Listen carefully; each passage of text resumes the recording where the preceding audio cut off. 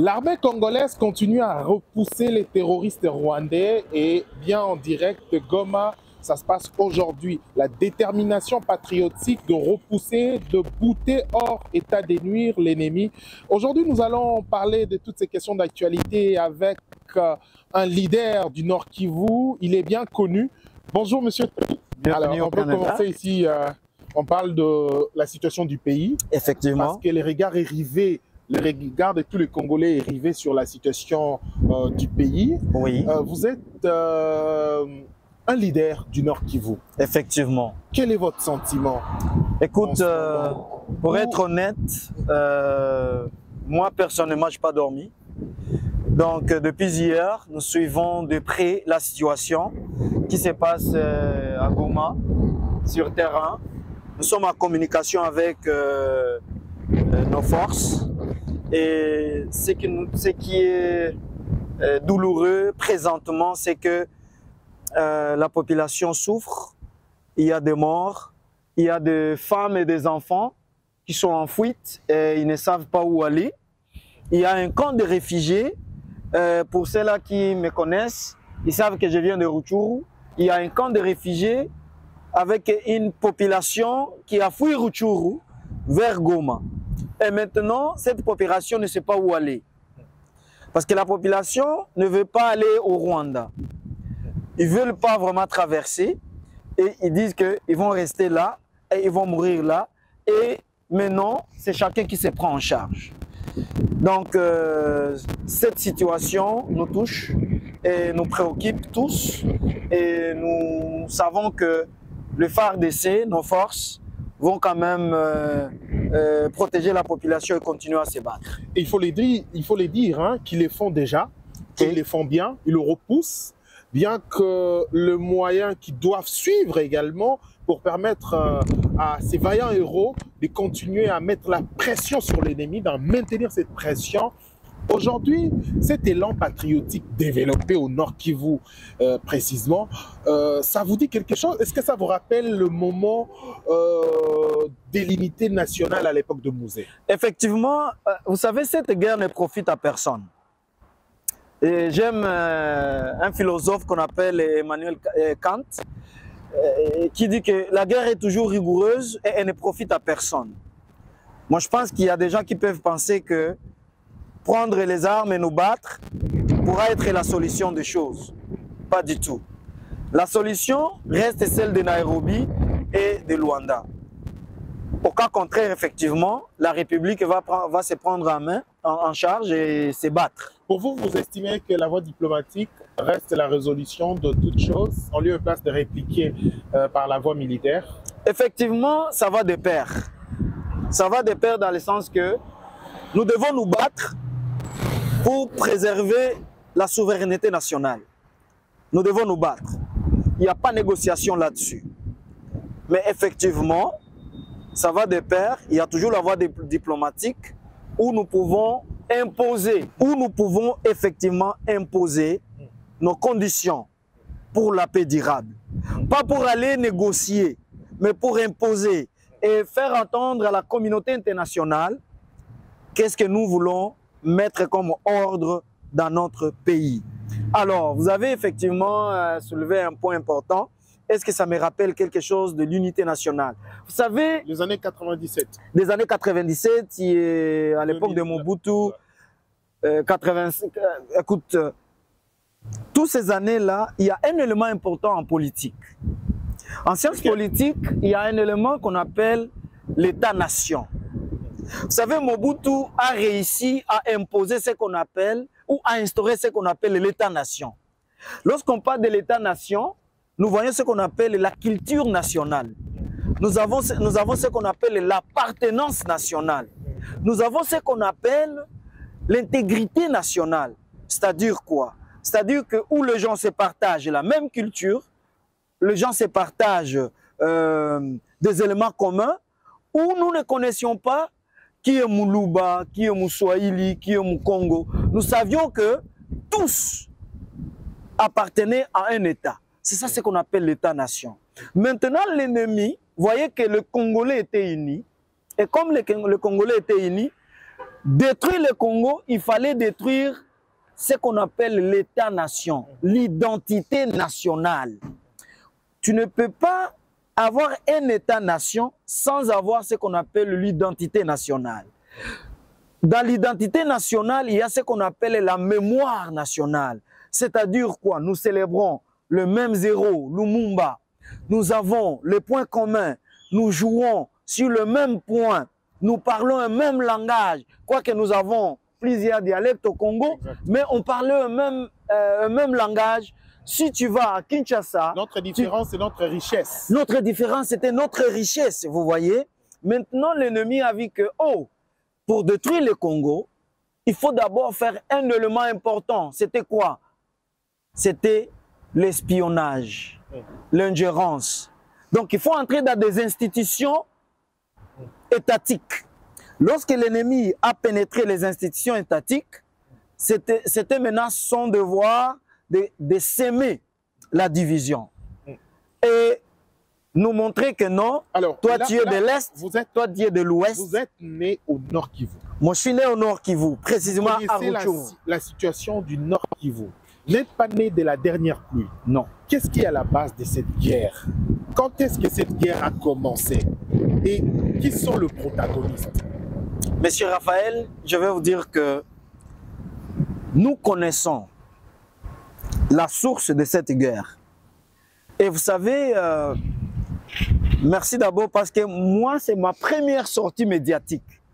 Depuis que je suis entré en politique, depuis que j'ai commencé à faire les affaires politiques. Je rappelle que vous avez été candidat en 2000... Je devais être candidat, effectivement, mais parce qu'il y a eu la guerre dans notre région, alors je ne pouvais pas me présenter, mais nous sommes en train de travailler fortement. Alors, pour répondre à la question, nous connaissons effectivement la source de cette guerre. Et quelle est la source?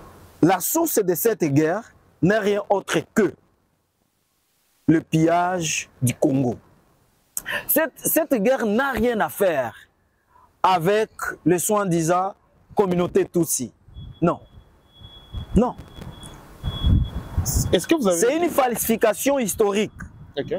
Pourquoi? Parce que depuis l'époque de Mobutu, la communauté Tutsi a occupé au niveau supérieur de grands postes, de postes de décision.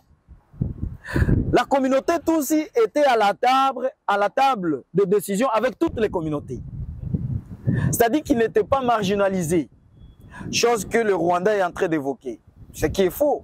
Deuxièmement, la communauté Tutsi avait des pâturages chez nous. Vous voyez? Nous, moi personnellement, mon père avait des vaches.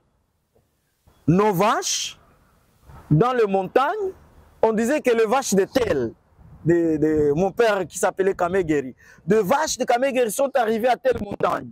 Les vaches de tel, que cela soit pour les Tutsis, que cela soit pour le Hutu, que cela soit pour les d'autres communautés, on s'est partagé tout. Il n'y avait pas cette situation de marginalisation de communautés. Maintenant, à un moment donné, il y a un mouvement de Tutsis qui était en Ouganda. Ces Tutsis qui vivaient en Ouganda voulaient chasser Habyarimana. Mais pour chasser Habyarimana au Rwanda, il fallait effectivement chercher des communautés Tutsis qui étaient au Congo, au Burundi, en Tanzanie, au Kenya, en Ouganda, tous. Ils avaient un réseau de communication où ils ont commencé maintenant à s'appeler. Et chaque famille devait envoyer son jeune garçon. Vous voyez? Personnellement, mon père était sollicité, mon grand frère était sollicité, tout le monde. Je ne vais pas vous dire qu'est-ce qui s'est passé. Il y a eu même des vaches qu'ils ont pris. C'est après que ils étaient partis. Ils étaient sollicités pour faire quoi? Ils étaient sollicités pour aller en formation armée. Pour renverser le pouvoir. Pour renverser le pouvoir d'Habyarimana au Rwanda. Vous voyez? Et après, Quand ils ont pris le... Son père était sollicité en tant que Tutsi ou en tant que Congolais ou Il était sollicité, effectivement, il était sollicité en tant que Congolais. Okay. Vous voyez, à ce moment-là, lorsqu'ils ont pris le pouvoir au Rwanda, j'ai sauté toute une histoire, c'est tout un livre. Lorsqu'ils ont pris le pouvoir au Rwanda, qu'est-ce qui s'est passé? C'est que ils ont dit, écoute, comme on a pris le pouvoir au Rwanda et que nous avons un agenda, c'était quoi l'agenda? C'était venir chasser Mobutu. Mobutu qui avait aidé, qui avait aidé effectivement Museveni. Vous voyez, Mobutu qui avait même aidé Kagame. Vous voyez? Oui, mais il y a des palmarès. C'est après. Mais quand je dis Mobutu a aidé, c'était à travers du canal de la négociation pacifique, okay. La cohabitation pacifique. Entre Tutsi Hutu. Entre Tutsi Hutu, avant le génocide. Okay. Avant le génocide, Mobutu a intervenu pour qu'il y ait cohabitation pacifique. Museveni a aidé Kagame pour aller renverser Habyarimana. C'était les mêmes revendications. Les revendications qu'utilise le Rwanda aujourd'hui pour la communauté Tutsi étaient les mêmes revendications que Kagame utilisait ou avait utilisé pour aller renverser Habyarimana. Alors, par courte mémoire, les gens ne se rappellent pas et c'est dangereux. Voilà. C'est très dangereux. Donc, quand vous oubliez tout, la vie est un éternel recommencement. Effectivement. Aujourd'hui, que devons-nous faire pour sortir de cette situation aussi macabre, cette situation qui continue à déchirer des familles? Écoutez, nous avons dans la région, nous avons un groupe d'individus dangereux à la paix et la quiétude de la région. Okay. Ce groupe d'individus, c'est le groupe du président Kagame. Ce que Kagame fait n'est même pas pour l'intérêt de tous ces Congolais. Je vais vous choquer. Kagame a utilisé les Tutsis congolais pour prendre le Rwanda. Donne-moi un Tutsi congolais qui s'est retrouvé dans cette affaire. Personne. Par contre, ils ont perdu beaucoup de leurs fils. Deuxièmement, Kagame a utilisé les Tutsis congolais pour venir renverser Mobutu. Après qu'il les a utilisés, il a pillé le minerai du Congo.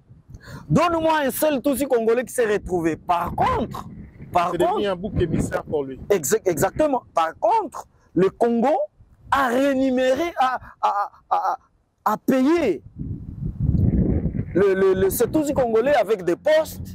Parce que lorsqu'ils sont venus avec un musée, ils sont devenus très influents. Ils sont devenus très influents dans les secteurs économiques. Même à la banque, c'était un Tutsi. Au Sénat, écoute, moi je ne connais pas une communauté, et puis avec ce terme communauté, je ne sais pas où est-ce qu'on l'a tiré, mais en tout cas on l'utilise. Je ne connais pas une communauté qui a eu assez de faveurs au Congo, comme cette communauté de Tutsi. Dans l'armée. Même c'est un faux discours. C'est un faux fouillant. C'est un faux fouillant, c'est un faux discours actuellement. Faire croire que nous nous battons pour la communauté Tutsi, c'est faux.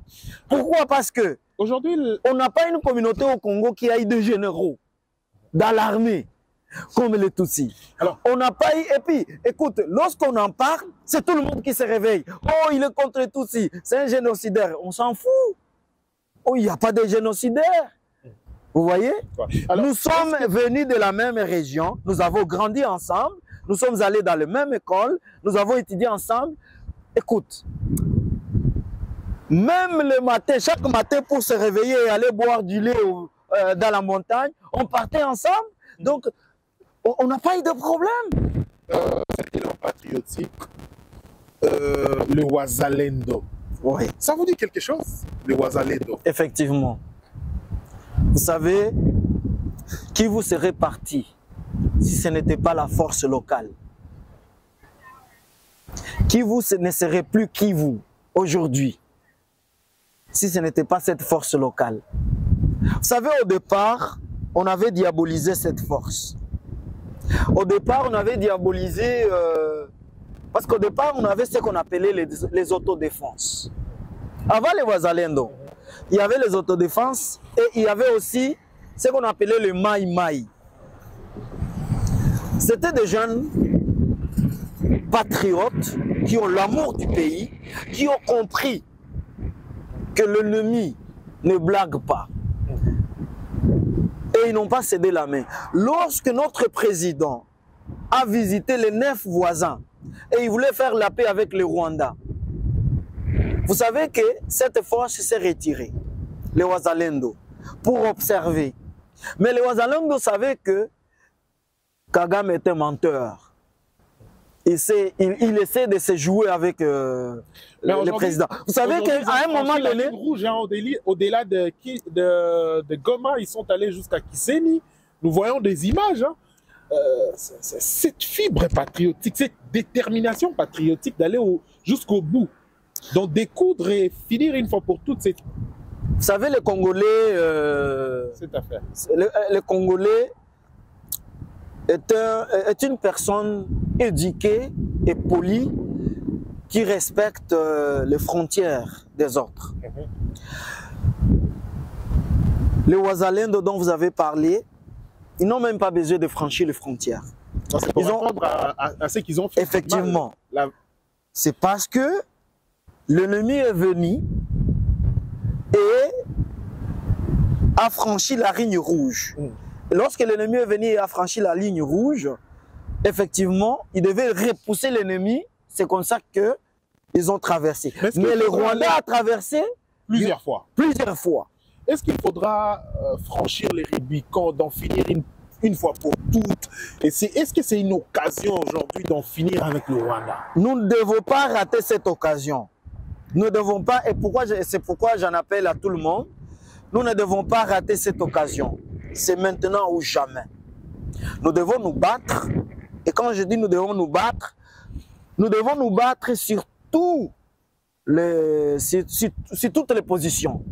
Vous savez, nous devons savoir que l'ennemi utilise plusieurs façons dans cette guerre. Maintenant, l'ennemi utilise la façon numérique. Voilà, on en parlera. L'armée numérique. Ouais. En tout cas, nous devons nous battre, nous devons nous prendre en charge et nous devons braver la peur. Voilà, exactement. C'est maintenant ou jamais. Alors, la question de la guerre numérique, hein. Aujourd'hui nous sommes en plein 21e siècle, siècle de la lumière, siècle numérique, siècle de combat technologique. Vous savez, la République démocratique du Congo doit faire une sorte de mise au point. Vous savez, l'armée rwandaise a tiré sa formation par les Anglais et les Américains.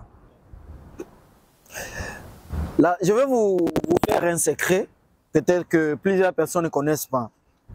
Il y a un pays de l'Amérique centrale qui avait demandé une main aux Américains.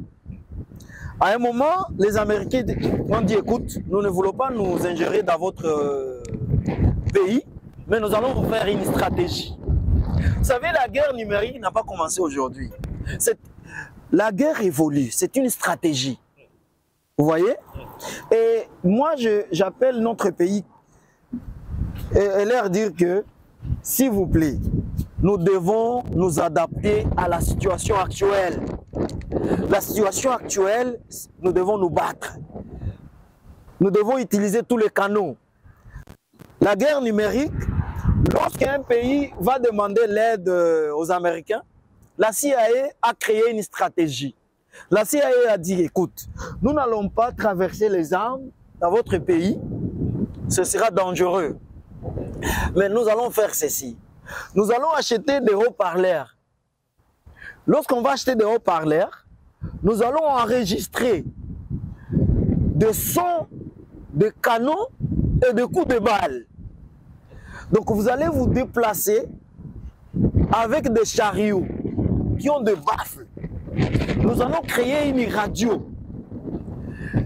Et lorsqu'on va créer une radio, que nous allons mettre dans votre pays sur une fréquence, donc lorsque vous allez jouer comme les gens qui jouent la musique, mais au lieu de jouer la musique, vous allez jouer comme si c'était des coups de balle.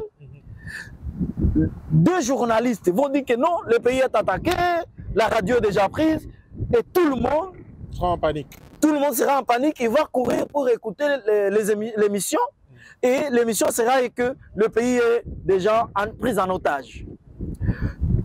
Ça, c'était une manière que la CIA avait donnée au candidat. Et dans 48 heures, le pays était par terre. Le Rwanda utilise l'armée numérique aujourd'hui où, moi je regrette. Il y a beaucoup d'intox, des fake news. Et d'ailleurs, certaines personnes disent que la ville de Goma est tombée. Raphaël. Et les gens relayent cela, alors que jusqu'à présent, au moment où on parle, aujourd'hui nous sommes lundi, le 27, 16h, heure de Goma. Raphaël, toujours sous contrôle des forces armées. Raphaël, vous êtes un journaliste influent au Congo. La République ne devait pas vous laisser comme ça. Vous devriez avoir sous votre agence pas moins de 100 journalistes qui sont en ligne en train de filtrer, travailler et passer le message à la population. Vous savez ce que les Rwandais ont fait? Les Rwandais ont passé le message au niveau de la diaspora. Alors que Goma est tombé, directement, toute la diaspora a appelé Goma pour passer le message que Goma est tombé. Avant que même Goma soit tombé.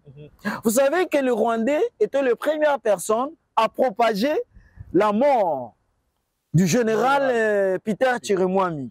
Et cela a un impact sur la psychologie. Mais c'est ce que j'ai même dit en politique, même des soldats. Mais en politique, vous devez être à mesure de contrôler la mémoire. La psychologie, la mémoire, et même c'est ce qu'on appelle la culture de la nation. Lorsque vous pénétrez dans des coins pareils, effectivement, quand le message passe, actuellement tout le monde tourne sur son téléphone. Et qu'est-ce que nous consommons sur le téléphone? Sur le téléphone, nous sommes en train de consommer le produit rwandais. Vous voyez? Sans le savoir. C'est tous ces blogueurs rwandais qui ont pris des noms congolais, des Kazadi, des Kalonji. Mais maintenant, qu'est-ce qui manque à la République démocratique du Congo? Est-ce que nous manquons la connaissance? Aujourd'hui, vous êtes politique, hein? Est-ce que nous manquons la connaissance? Non. Nous manquons le moyen? Mon frère. Nous manquons de personnes? Non. L'infrastructure. Vous savez qu'après le génocide rwandais, c'est le Congo qui a formé les Rwandais. Parce qu'au Rwanda, il n'y avait pas de professeurs. Au Rwanda, il n'y avait pas de politiciens. Tout de suite, on a pris nos professeurs, nos docteurs, nos médecins. C'est eux qui sont allés au Rwanda pour enseigner. On avait même des préfets congolais au Rwanda, des préfets d'école. Ce qui veut dire quoi? Ce qui veut dire que ce n'est pas, nous ne manquons pas de têtes. Nous avons des têtes, nous avons l'intelligence, nous avons la formation qu'il faut, mais c'est lorsque vous voulez faire quelque chose, il y a au moins 10 personnes détruites par leur mémoire qui disent que non, d'ailleurs, nous ne pouvons pas, nous ne pouvons pas, nous ne pouvons pas. Aujourd'hui, si nous ne prenons pas l'avantage du président Félix, lui-même qui a dit en Belgique, qui a fait sa conférence quand il a pris, pendant son premier mandat, quand il a pris le pouvoir, il a dit, les Banyamulenge sont nos frères.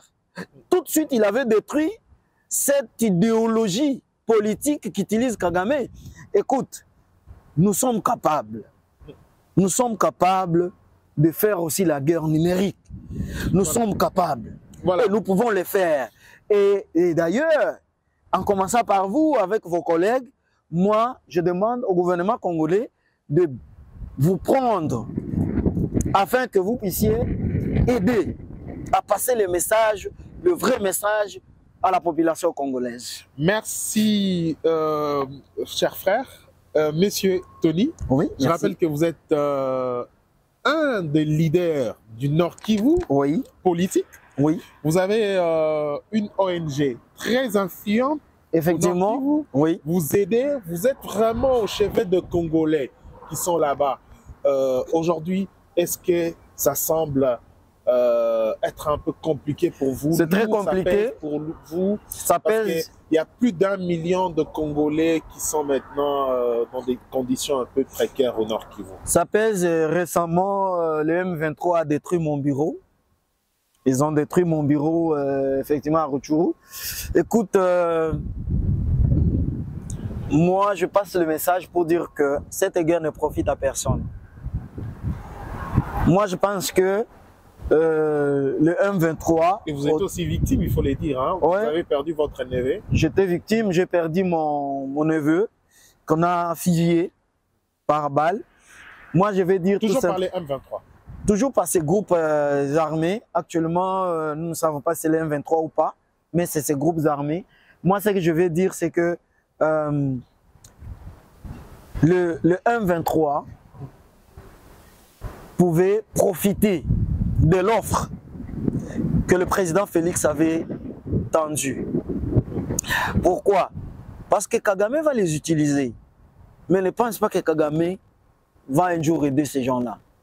Ils ont perdu, ils ont papier hygiénique. Ils sont comme des papiers hygiéniques. Pourquoi? Parce que ils ont perdu des fils. Nous avons des frères, nous avons grandi ensemble. Corneille Nanga est venu tomber comme un cheveu dans la soupe. Lui, il ne connaît pas ce qui se passe sur Kivu. Le général Makenga qui est là, je te dis la vérité, son frère de combat, Laurent Kunda, il est où actuellement? Il est où? Est-ce qu'il ne s'était pas battu? Où est Taganda aujourd'hui? Il est où? Bosco Taganda, il est où? Est-ce qu'il ne s'était pas battu? Moi, je dis à tous ces rebelles du M23 que, effectivement, ils sont utilisés par Kagame pour l'avantage rwandais, pas pour l'avantage congolais. L'avantage congolais, c'est venir construire le pays ensemble. Voilà. Monsieur Tony, dernier mot au Congolais qui vous suivent en Swahili. Le dernier mot au Congolais, écoute, en Swahili, tout qu'on a na huzuni sana kuona ngizi vita iko naendelea, batu biko banakufa usiku na mchana, na tunaangalia wa Congolais wenye banawaza ke Rwanda iko na bapigania. Rwanda haiko na bapigania, Rwanda iko na jipigania. Mutapigana kusema Goma imekamatiwa isikamatiwe, haitakuwa ndio solution. Solution ni kuacha vita, tujenge pays yetu. Pays zingine ziko zinaendelea, pays zingine ziko naendelea mbele. Bunduki za yuko wanatengeneza biko wanazituletea juu tuwane. Na mimi naleta pole sana sana sana ku watu biko wanakufa, watu biko wanakimbia. Tuko tunajikaza kusaidia yenye tunaweza, lakini hatuwezi weza kusaidia watu wote. Merci. Asante, na tuendelee kukua ini na tuendelee kupigana. Ça n'est fini pour cette édition. Merci de l'avoir suivi sur Congo Web Télévision.